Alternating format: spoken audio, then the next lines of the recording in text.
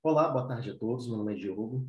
E meu trabalho ele é uma proposta de metodologia para análise de envelhecimentos, né, de sistemas, baseado em propagação de incertezas e na análise de componentes principais.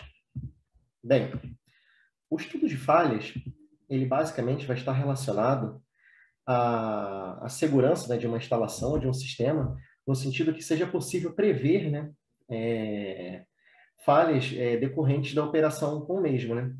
Isso aí tem um impacto bem significativo, né, tanto na indústria quanto para a sociedade em si, visto o potencial em você garantir que certos sistemas permaneçam em funcionamento e evitar até mesmo algum dano à natureza ou a algum indivíduo, né, decorrente de alguma falha de um sistema ou componente desse sistema.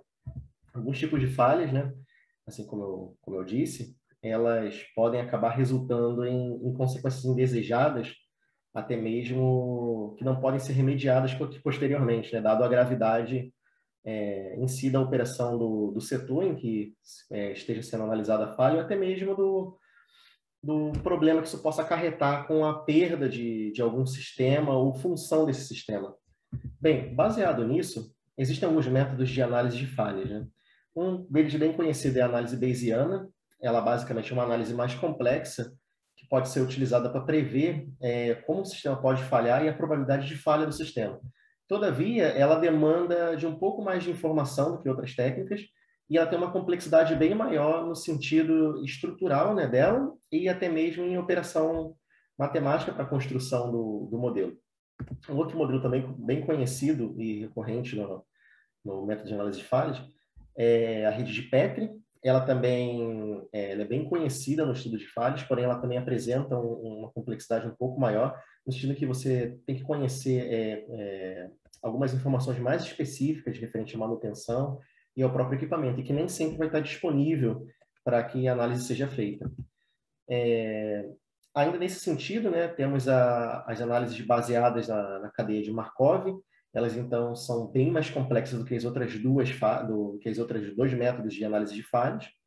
E todos esses métodos em si, eles podem ser utilizados para análise de falha, porém eles têm uma complexidade grande. E nem sempre isso vai ser uma ferramenta muito versátil para que se determine um modelo preditivo de falhas. Nesse sentido, a técnica de árvore de falhas, ela se apresenta como um modelo, né, bem mais simples do que os anteriores, porém é um modelo robusto e que pode modelar a falha de um sistema no sentido que é possível montar, né, um modelo preditivo e prever, de fato, quando que esse sistema pode falhar ou não. E isso aí é algo bem importante, pode revelar aspectos interessantes sobre um sistema e também resguardar uma operação, né, tanto quanto no sentido financeiro, quanto no de segurança e quanto no de manutenção dos componentes desse sistema.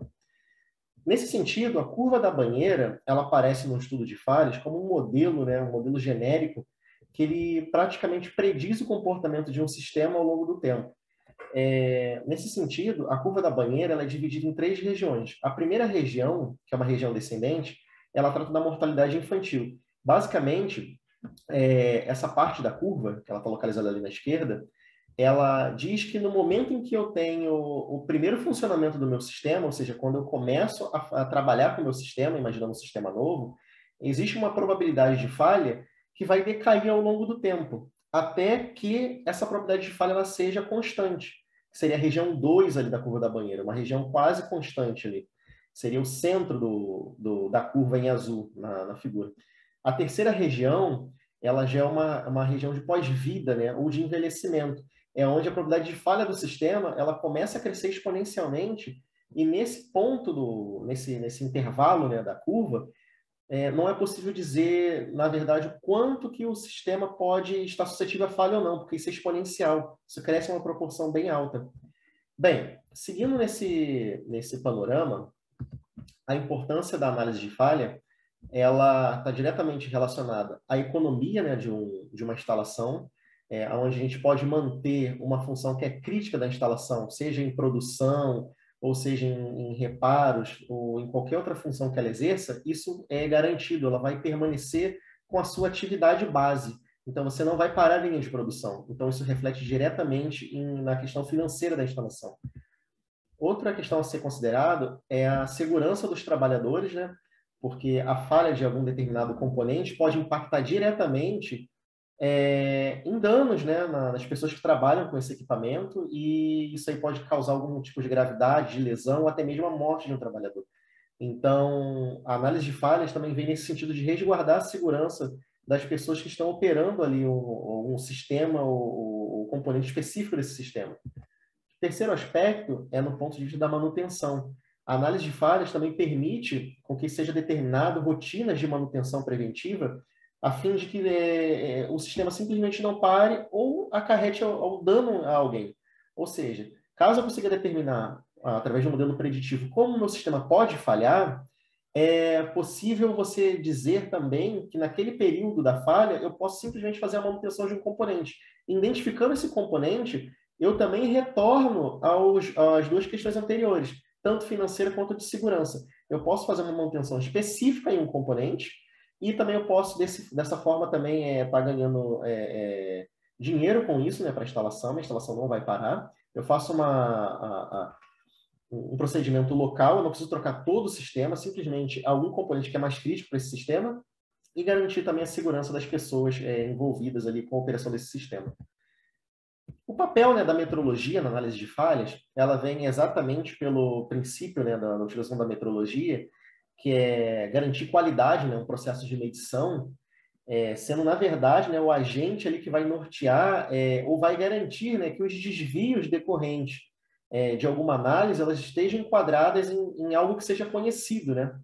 Nesse sentido, o estudo de falhas pode utilizar da metrologia a fim de que os resultados obtidos por meio dela estejam resguardados dentro de limites bem conhecidos. E isso vai impactar diretamente nas minhas considerações na minha indústria ou, enfim, em qualquer setor onde eu tenho um sistema e eu queira analisar a falha dele. Isso aí vai garantir que o que eu acho que eu conheço, de fato, esteja correto e esse valor correto esteja dentro de limites que são conhecidos e que são determinados através de métodos, né, que são robustos e conhecidos através da metrologia. Então, a metrologia ela entra aí no papel de quase que um agente fiscalizador a fim de garantir com que esse meu valor, né, ou esse meu modelo que gere alguma quantidade agregada, a falha, ele contenha um limite de variação que seja conhecido. Então, o papel da metrologia na análise de falhas é muito importante, porque ela vai identificar os desvios que são pertinentes às minhas análises.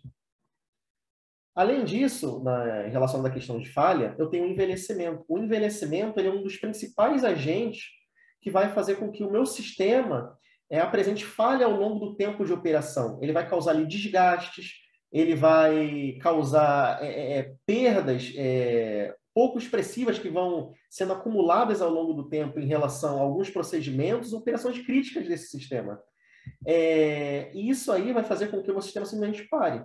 Apesar do envelhecimento ser um agente ativo, ele, na verdade, é apenas resultado do tempo de operação, o quanto que esse meu componente está sendo desgastado, seja em parte mecânica, seja em parte elétrica, seja um componente eletrônico, um microcircuito, ou que seja, todo componente que está em um estado de trabalho contínuo, ele tende a aumentar a sua probabilidade de falha ao longo do tempo devido ao envelhecimento que é sofrido, ou seja, pelos desgastes, pelas corrosões, na verdade, por tudo que eu exponho àquele meu sistema, seja a alguma coisa ambiental, algo do ambiente que possa estar danificando ele, seja um parâmetro elétrico que possa estar associado a ele de forma direta e causando algum tipo de desgaste, seja na corrosão, através de algum produto químico, enfim, independente da condição que eu submeta ao meu sistema, ele vai estar sempre suscetível ao envelhecimento e, consequentemente, ao aumento da probabilidade de falha, seguindo ainda aquela tendência da curva da banheira apresentada.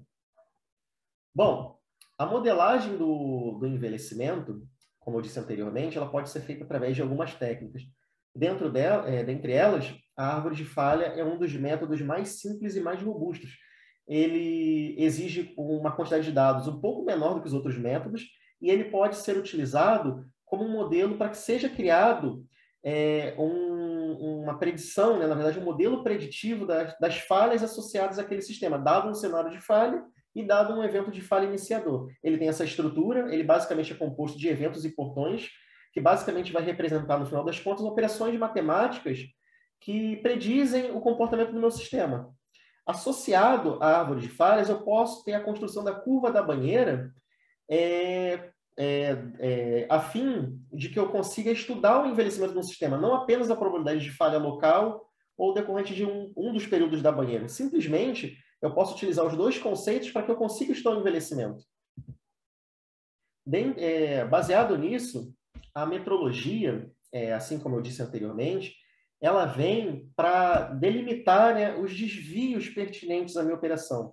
Esse resultado que eu estou mostrando agora, que na verdade é um gráfico, ele vem diretamente do artigo, e ele mostra que as 3 regiões da curva da banheira, na verdade, que é teórica, né, cada uma delas tem um desvio associado, principalmente na etapa 3, que é uma das etapas mais críticas, ela está ali à direita.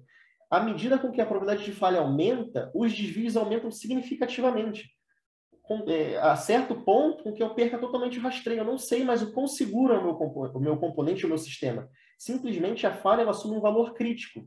Então, o meu modelo preditivo, somado com técnicas de análise de envelhecimento, como a árvore de falhas, e a metrologia como um agente fiscalizador desse processo, ele pode garantir com que os valores obtidos através do meu modelo eles tenham um limite de variabilidade suficiente para garantir com que o meu processo esteja correto ou não. Ou seja, eu sei quando que eu devo fazer uma manutenção, eu posso dizer que componente eu posso escolher, dado as características da instalação, dado o tempo de operação e dada a probabilidade de falha dele para determinado tempo. Então, isso aí é uma ferramenta muito poderosa nesse sentido, na qual eu alio o estudo de análise de falhas, junto com a árvore de falhas, mais a metrologia. Outra coisa bem importante é a visualização da participação dos componentes para a falha do sistema. Através disso, eu posso simplesmente voltar a minha análise para componentes mais críticos do meu sistema, ou seja, eu posso determinar, dentre todos os componentes do meu sistema, quais que podem apresentar falha ou quais deles estão associados à falha total do sistema. Isso vai me garantir com que a minha análise, no final das contas, revele aspectos bem importantes do sistema, como qual componente devo trocar com dado o tempo de operação do meu sistema. Ele é o mais crítico? Não é? Ele é o mais sensível? Não é? Qual deles é o mais sensível? Existe um grupo mais sensível de componentes? Aonde devo realizar minha manutenção? Nesse sentido, a análise de falhas através do método PCA, que é o método de análise principal de componentes, pode simplesmente, através de um sistema de clusterização, mostrar quais componentes ou qual componente de forma individual está mais associado à falha do meu sistema.